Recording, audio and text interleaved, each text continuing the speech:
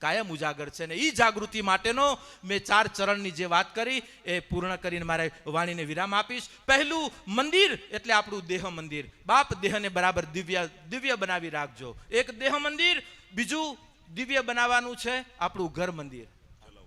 જી, પહેલું આપણું દેહ મંદિર એક દ્વાર, બીજું મંદિર ઘર મંદિર. દેહ મંદિરની અંદર ઈશ્વર બેઠો છે, આત્મ તત્વ બેઠું છે, બસ એની પૂજા હવાર હાંજ. બાપ આજે બીજું કાંઈ નથી માગતા તો એટલું તો તમારી કને માગીએ કે બાપ ઠાકરને હવારના 5 મિનિટ 10 મિનિટ જે સમય બસ ભગવાનનું ભલે નાનું મંદિર હોય પણ ઘરના મંદિર કને બાપ જે ગુરુજનોએ આપેલી માળા અથવા તો તમારા હૃદયમાં પ્રગટ થયેલી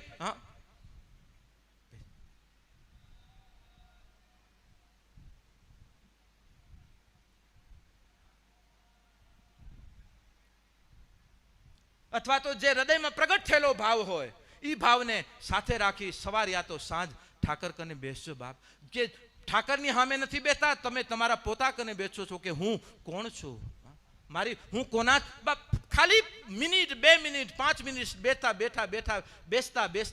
બાપ આજે આપણી ઊંચાઈએ પહોંચશું પણ બેહો તો ખરા. પછી ક્યારેક પરાણે બેહારીએ ને એટલે પછી બેય નથી અકાતો.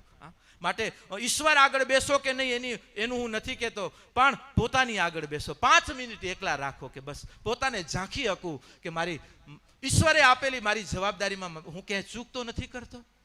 માવતરોએ આપેલી જવાબદારી મેં ક્યાંય દ્રઢતાથી નિભાવવામાં મારી કાંઈ ભૂલ તો નથી થતી. બસ પોતાની આગળ પણ 5 મિનિટ બેહો અને પોતાની આગળ બેસો ને ત્યારે પછી એને લઈ કરીને ઈશ્વરની આગળ તમે બેસો કે હે બાપ હવે હું આવ્યો છું. ઈ ભગવાનને ખપે છે. બાકી ભગવાન કેટલા પૈસાવાળા છીએ, કેટલા ભણેલા છીએ, કેટલા ડાયા છીએ, એ કાંઈ નથી જોતો. હું તો ભાવ જોવે છે. હું નાનું બાળક દરરોજ ભગવાન કને જઈ મંદિરે જઈને એબીસીડી FGHIJKLMNOPQRST એમ કરીને આખી એબીસીડી બોલી નાખે. એબીસીડી બોલી ઉતાવળ એટલે ભગવાને પગે લાગીને નીકળી જાય. દરરોજનું એ બાળક ટાબરિયાનું ક્રમ એમાં મહારાજ એક વખત સાંભળી ગયા. મહારાજ કહે આ એબીસીડી ભગવાન કને ન બોલાય.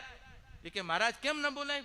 કે આ એબીસીડી તો આ બધું છે, બધું એબીસીડીમાં તો છે, બોલે નહીં. ભગવાન કને શ્લોક બોલાય, પ્રાર્થના કરાય એની કને. બોલે મહારાજ પ્રાર્થના બની ક્યાંથી છે? એબીસીડીમાંથી તો બની ને. એટલે હું એબીસીડી બોલી અને ભગવાને કહું કે બાપ તને જેવી પ્રાર્થના ખપેવી તું બનાવી લેજે, આ એબીસીડી હું તને બોલી દઉં છું. ભગવાન આનો જ ભૂખ્યો છે બાપ, હૃદયના ઈ કે તું શું મને આપેશ, તું તને બાકી ભગવાનને કહે કે ભગવાન આ માથું નથી આપતા, તને શ્રીફળ આપીએ છીએ. આ બધા જે આ જે બલીઓ જે અપાય છે એ બલીઓ સ્વની આપવાની હોય, સ્વની નથી આપતા. એટલે અને નાનામાં નાનું ગરીબમાં ગરીબ કોણ તો કે બકરો, કોણ તો કે બોકડો, કોણ તો કે દ્યો સિંહની બલી, દ્યો વાઘની બલી.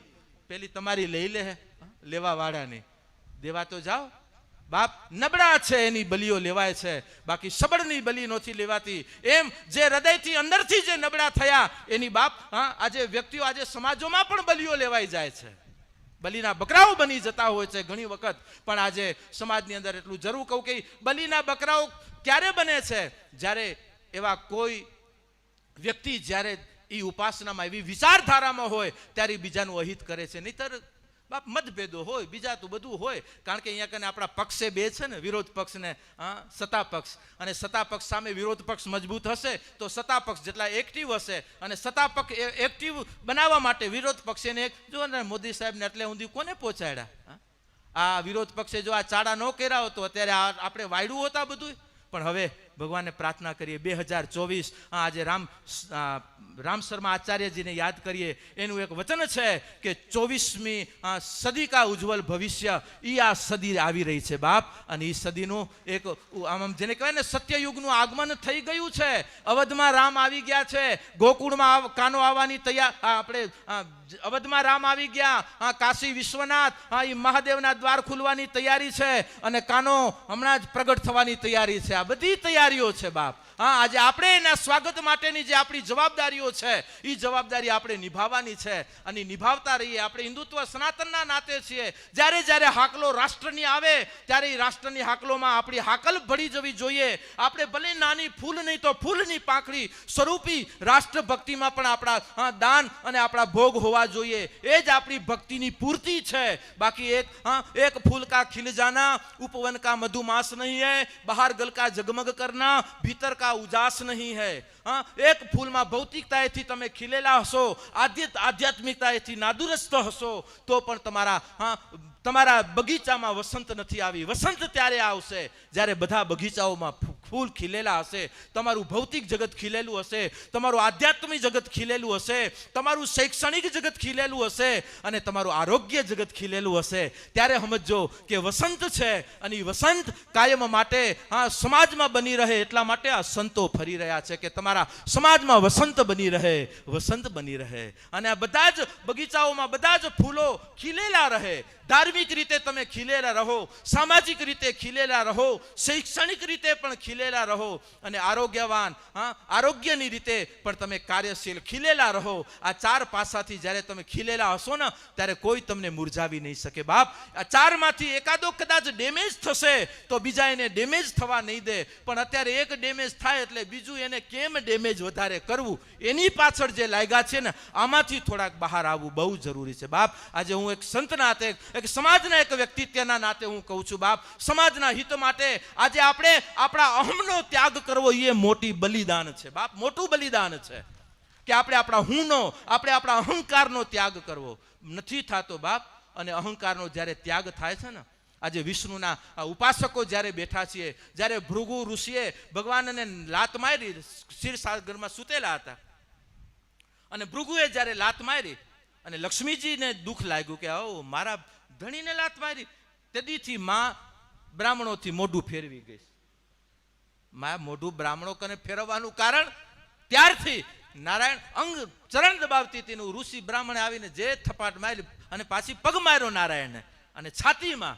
એમને એમ સૂતા છો, જગત કેટલું દુઃખી છે.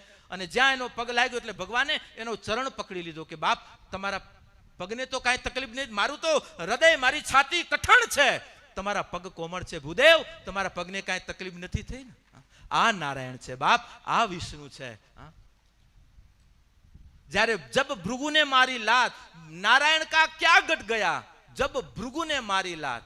શું એનું ઘટ્યું? નારાયણનું ઘટ્યું, ભૃગુનું ઘટ્યું. નાનો ભૃગુ બન્યા છે, નારાયણ નહીં. અને એ નારાયણના જ્યારે આપણે ઉપાસક છીએ ત્યારે બાપ આપણે આપસમાં આપસી બાળક લતું મારે કે અત્યારે જેને કહેવાય ખોડામાં હોય ને કદાચ પેશાબ કરે ને તોય તમે સહન કરો છો, કારણ બાળક છે. એમ બાપ સમાજમાં કદાચ કોઈ આમ હાથ આડાવડા થતા હોય તોય થોડુંક સહન કરી લેજો, કારણ કે આપણા છે, બહારના નથી. અને એ આપણાઓને કહું કે બાપ અતિરેક ન કરતા, અતિરેક ન કરતા. અમુક તો મારા ગદના કે જે થવાનું હોય સાપ જેવા કે સિંદરી કેમ વટ હોય એને હળગાવી નાખો ને, હળગાવી નાખો વાની થઈ જાય, પણ એનો વટ તો એમને એમ હોય. બાપ એવું ન બનવું. આજે ઘણા સેવા કરી લીધી. હું તો વડીલોને કહું બાપ કે આજે બીજાને મોકા દેવા, નવા નવાને વળી મોકા દેવા, જેથી સમાજ તાજો અને કર્તવ્યશીલ અને થનગનાટ બની રહે. સમાજમાં નવા નવા અધિકારીઓ આવતા રહે ને. સિદ્ધાંત એક આપણો, પણ ઘણા તો પરિવારના સિદ્ધાંતને લઈ કરીને જ બેઠા છે કે બસ અહીંયા તો હું જ બેહું. ઘણા 20-25 વર્ષ થયા કોઈને બેવા નથી દેતા. લ્યો બેઠા છે મારા સિવાય કોઈ. બાપ મોકા દ્યો, મોકા દ્યો, મોકા દ્યો, બીજા ને લાભ દ્યો, એ વળી સમાજને લાભ દેશે. બાપ આજે વડીલો પછી ને ટેકા દ્યો, મોકા દ્યો અને વાહે પછી ટેકા દ્યો. તો બેટા મુજાતો નહીં, હા તારી પાછળ છે. પણ હમણાં ટેકા દેવાનું એક બાજુ જાતો ખરો કેમ જાય વાહે.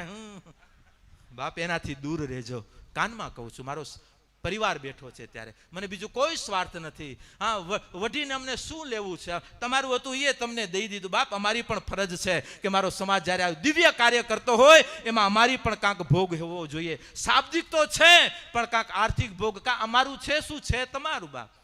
અને અમારું જો મને મારું કરવું હોય તો મેં પહેલા જ કીધું, મેં વિરાણી બીજી કરી લીધી હોત. બાપ, કોઈ પટેલનો એક દીકરો તો એમ કે બાપુએ ક્યાં આવીને આશ્રમ માટે એક રૂપિયો ક્યાંય માગ્યો. બાપ, એ અમારા આશ્રમની અમારી પરંપરાઓ છે. ક્યાંય ભેગું નથી કર્યું. મારા સમાજને ભેગો કરવા આવ્યો છું. બાપ, એના માટે નીકળ્યો છું કે મારો સમાજ એક નેક અને સંગઠિત બની અને મારું આવતું યુવા પેઢી ધર્મ, અર્થ, કામ અને મોક્ષ ચતુર પુરુષાર્થથી સજ્જ બની રહે અને પોતાના લક્ષ્ય સુધી પહોંચે. અમારે એ સપનાને એ અપેક્ષાઓ લઈ અને સમાજના આંગણે છીએ. માટે ખાલી દેવ મંદિર અમારું માધ્યમ છે, પણ દેવ મંદિરના નાતે જે મેં વાત કરી, દેહ મંદિરની દિવ્યતા બની રહે.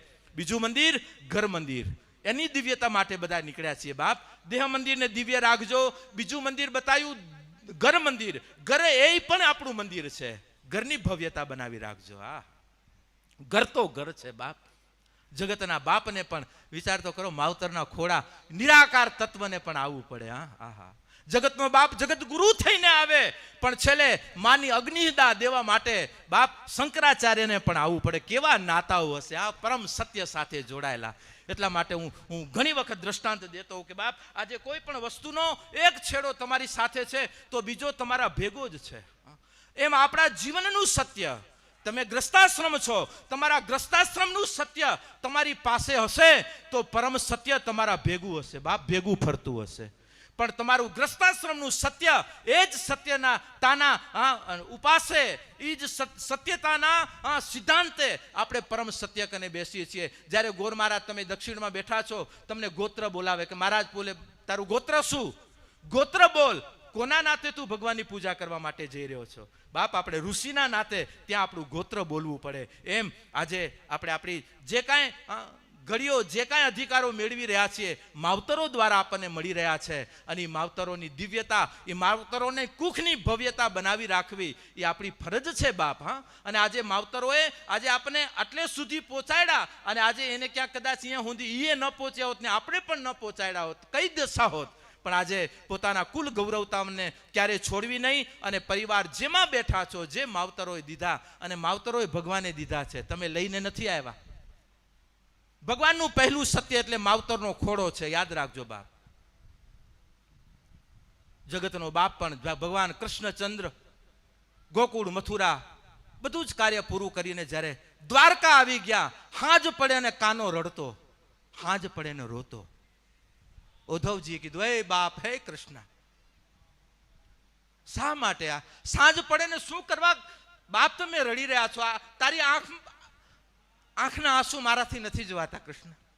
શા માટે? શું કારણ છે? કઈ એવી વેદના છે? બાપ, મને તો કે હું મિત્ર છું, અંગ છું તારું.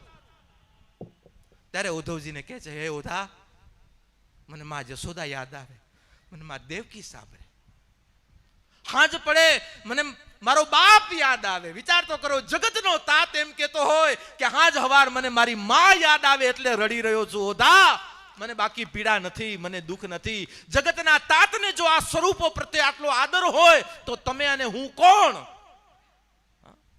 માટે આ સ્વરૂપો પ્રત્યેનો, અને સમાજને એક બીજી વાત કહું છું આ સમાજના નાતે, કે ક્યારે કચ્છ કડવા પટેલ સમાજમાં ક્યારે જેને કહેવાય ને કે અનાથ આશ્રમોનો શબ્દ પણ ક્યારે આવો ન જોઈને ક્યાંય બોલાવો ન જોઈએ. એમ ઊભું થવાની તો એક બાજુની વાત છે બાપ. કોઈ ભૂમિ પૂજન ક્યાંય થવું ન જોઈએ બાપ. મારા સમાજમાં આવી વ્યવસ્થાઓ રાખો, અપના ઘર બનાવો કે જ્યાં આપણા વડીલો આવી અને 2 દિવસ 5 દિવસ રમે, આનંદથી રહી અને જમી અને પાછા ઘરે પહોંચે. કોઈ અનાથ આશ્રમના રૂપમાં કોઈ મારો પટેલ, કચ્છ કડવા પટીદારનો દીકરો જો હું ગયો તો હું બાઠો લઈને દીકરા તારા ઘરે આવીશ, એ કહી દઉં છું બા. અમને કોઈ સ્વાર્થ નથી. પગે લાગવું હોય તો લાગો, નહીતર બેહો તમારા ઘરે. બાકી કુલ ગૌરવતા, સમાજની ગૌરવતા બનાવી રાખો બાપ, બનાવી રાખો. અને પછી તમારા જીવનમાં કાંઈ આંચ આવે તો એના જવાબદાર અમે છીએ. હા, બાકી કાંઈ કરવું નથી. વાતું કરવી ને વડીલોના પુણ્ય બસ તાગડજી ના કરવી. બીપીએલ કંપની, હા, બીપીએલ એટલે બાપાના પુણ્ય લેર કરવા વાળા બીપીએલ. બાપ, આજે યુવા ધનને કહું, વાવજો બાપ, વાવજો. નહીતર આ નહીં વાવ્યો તો કાલ પાછા ભૂખ ભેગા થતા વાર નહીં. કરને જો અહીંયા જ છે, કર્મણે વાધિકાર છે, માં ફલેશું કદાચ ન. જે કરશું દેવા વાળું સામે જ છે. પણ આજે આપણે આપણી જવાબદારી, ઈશ્વરે પહેલા જ હાથ માવતરોને હોપ્યા બાપ. ઈ માવતરોના હાથ કેમ મુકાય? બધું જ મૂકજો. આ હાથ ન મૂકતા ને આ જો હાથ મૂકાના તો યાદ રાખજો ઓના હાથમાં ક્યારેય તમે ઓના હાથમાં નહીં આવો, એ પણ નિશ્ચિત છે. હા, બાકી તત્વજ્ઞાન ફિલોસોફરોની વાતો સાંભળી કરીને ભલે બૌદ્ધિકતાથી તમે જ્યાં રચતા હોય મુબારકી જગતને તમારાને, બાકી જ્યારે એ કુલ ગૌરવતા, જ્યારે ધર્મની ગૌરવતા સાથે જ્યારે જીવન સનાતનના જ્યારે રત્ન બનીને જ્યારે નીકળતા હો ત્યારે આ આપણા શણગાર છે. અને શણગારનો પહેલો સિદ્ધાંત માવતર પ્રત્યેનો આદર, પહેલું સિદ્ધાંત. બીજું સિદ્ધાંત દાંપત્ય જીવન. કોઈએ ભગવાને દીધા હતા ફોટા, ઉપરથી નક્કી કરી આવ્યા હતા. ભગવાને કીધું કોણ ખપશે હાલે આ ફોટો ઉપર અને નીચે જઈને ગોતજે, કે એડ્રેસ દીધા હતા. બાપ, જ્યાં દાંપત્ય જીવન, જે સ્વરૂપ એકબીજાને જે પ્રાપ્ત થયું ભાગ્યે પરિવારે, બસ એ દાંપત્ય જીવનનો નાતો. કારણ કે દ્વૈત પણ જ્યારે અદ્વૈત સિદ્ધાંતે જ્યારે આવતો હોય ને એ અદ્વૈત ભાવનું સ્વરૂપ એટલે મારું દાંપત્ય જીવનનું રૂપ છે. અહીં મારા ગ્રસ્તાશ્રમનું દાંપત્ય જીવનનું એ સ્વરૂપ, અને એ સ્વરૂપને અમે વંદીએ છીએ. માટે એ સ્વરૂપની પણ આ બધા ઘર મંદિરના સ્વરૂપો છે, ઘર મંદિરના દેવતાઓ છે બધા. દેહ મંદિરનો દેવતા કોણ? આપણે સ્વયં. ઘર મંદિરના દેવતા કોણ? માવતરો અને દાંપત્ય જીવન ઘર મંદિરના દેવતાઓ છે. એની જેટલી દિવ્યતા હશે એટલી તમારી ઘર મંદિરની ભવ્યતા નિર્માણ થતી જશે. યાદ રાખજો બાપ. અને એ દિવ્યતાને બનાવી રાખવી એ ઉપાસનાનું અંગ છે. બાકી તો ક્યારેક હિલોડા આવે, પતિ પત્ની નહીં બાજે તો કોણ પાડોશિયારે બાજવા જશો? બાજી લેવું લેરથી. અઠવાડિયે એટલે શું, કેમ આપણા મોબાઈલમાં ઘણું બધું અંદર ડાઉનલોડ થઈ ગયું ને, વળી ડિલેટ કરો ને, કાઢો જરા, કાઢવાનું હોય વધારાનું હોય એમ. પછી ક્યારેક આમ હવારથી હાંજ સુધી પછી ભગવાન કને બેહીને જે ડિલેટ કરવાનું ને જરાક કરી લેવાનું. લેટ કાઢી નાખવાનું. આમ ભાર રહીને હેંગ થઈ જાઓ, પછી આમ હાલતા નથી. માટે આજે શું રાખવું, શું હમણાં આજે જ એક સવારના એક શબ્દ વાપરો, સેવ કરવું, ફોરવર્ડ કરવું અને ડિલીટ કરવું. આ ત્રણ જો શીખી જવાય ને તો પછી આપણા જેમ મોબાઈલમાં ક્યારેય હેંગ નહીં થાય એમ આપણા જીવન પણ ક્યારેય હેંગ નહીં થાય. જો શું રાખવું, શું સેવ કરવું, શું ફોરવર્ડ, શું બીજાને દેવું અને શું કાઢી નાખવું, બસ આટલું રાખજો બાપ. બસ તમારા જીવન ક્યારેય દૂષિત નહીં થાય. શું રાખવું, શું મૂકવું અને શું કાઢવું, સેવ, ડિલીટ અને ફોરવર્ડ, બસ આ ત્રણ બરાબર સંભાળી લેશો. તમારા રમકડાને જેમ આમ દિવ્ય રહેશે, ભવ્ય રહેશે, અને જેને કહેવાય કાર્યરત રહેશે એમ આપણા જીવનની દિવ્યતા, ભવ્યતા અને કાયમ માટે આપણે ભૌતિકતા અને આધ્યાત્મિકતામાં કાયમ માટે રસમય જ બની રહીશું જો આપણે સેવ, ડિલીટ અને ફોરવર્ડ કરવામાં આવડી ગયું તો. ઘણી વખત ન કરવાનું ન કરો, કાઢી નાખો. સમાજના ઘણા એવા મેસેજો છે એકબીજાને ભડકાવી જ રહ્યા છે, નથી મૂકવા, કાઢો. ભડકાવાના કામને બંધ કરીએ, જગાડવાના કામ ચાલુ કરીએ. હવે ગમે એમ તો બાપ આખું વિશ્વ સનાતનની પૂજા કરવા માટે જઈ રહ્યા છો ને તમે આપણે એક નહીં થઈ શકીએ? કેમ ન થઈએ? થશું, પણ વચ્ચે જે નડી રહ્યા છે ને એને જરાક વિહામાં દેવા પડશે. બાકી કાંઈ અંધારું જ ખાલી નડે છે. અજવાળું આપણે લઈને નીકળવું છે. અજવાળું એટલે પ્રેમ, અજવાળું એટલે કરુણા, અજવાળું એટલે સંપ, અજવાળું એટલે એકતા, અજવાળું એટલે ભજન, અજવાળું એટલે સમાજની ભવિષ્યની ચિંતા. આ બધા અજવાળા છે બાપ. અને એ અજવાળા જેના છે એના પછી અંધારા નથી રહેતા. ને એ અંધારા ઘરોમાં પણ દૂર કરવા એ આપણા સૌની જવાબદારી છે. માટે દેવ મંદિરના સ્વરૂપમાં પહેલું દેહ મંદિર, બીજું ઘર મંદિર. ઘર મંદિરની દિવ્યતા બનાવી રાખજો બાપ. આજે દાંપત્ય જીવનમાં જેમ મોબાઈલમાં ડિલેટ ને સેવને કરીએ છીએ ને એમ દાંપત્ય જીવનમાં ક્યારેક અઠવાડિયામાં 15 દિવસે કદાચ કાંક વધારે થઈ ગયું તો જરાક હલકું કરી લેવાનું આપસમાં. જોજો ક્યાંય બીજે આડોશી પાડોશીમાં હલકું કરવા ન જાય. હું તો ઘણી વખત કહું ને, આપણે રાત્રે મુસાફરી કરીને આમેથી ફૂલ લાઇટમાં ગાડી આવતી હોય તો એ જવાવાળો થોડો ડીમ્પર આપે, આ ડીમ્પર આપે એટલે ઓલો સામેવાળો ડીમ્પર આપે, અને બંને 100% જજમેન્ટ લઈ કરીને ક્રોસ થઈ જતા હોય, નીકળી જવાય, કાંઈ ચિંતા ન હોય. પણ બે ફૂલમાં આવતા હોય એટલે કાંઈ જજમેન્ટ લેવાય નહીં. ભટકાવવું પડે, રસ્તામાં નીચે ઉતરી જવું પડે ને ખાડામાં પડવું પડે, કાંઈ જજમેન્ટ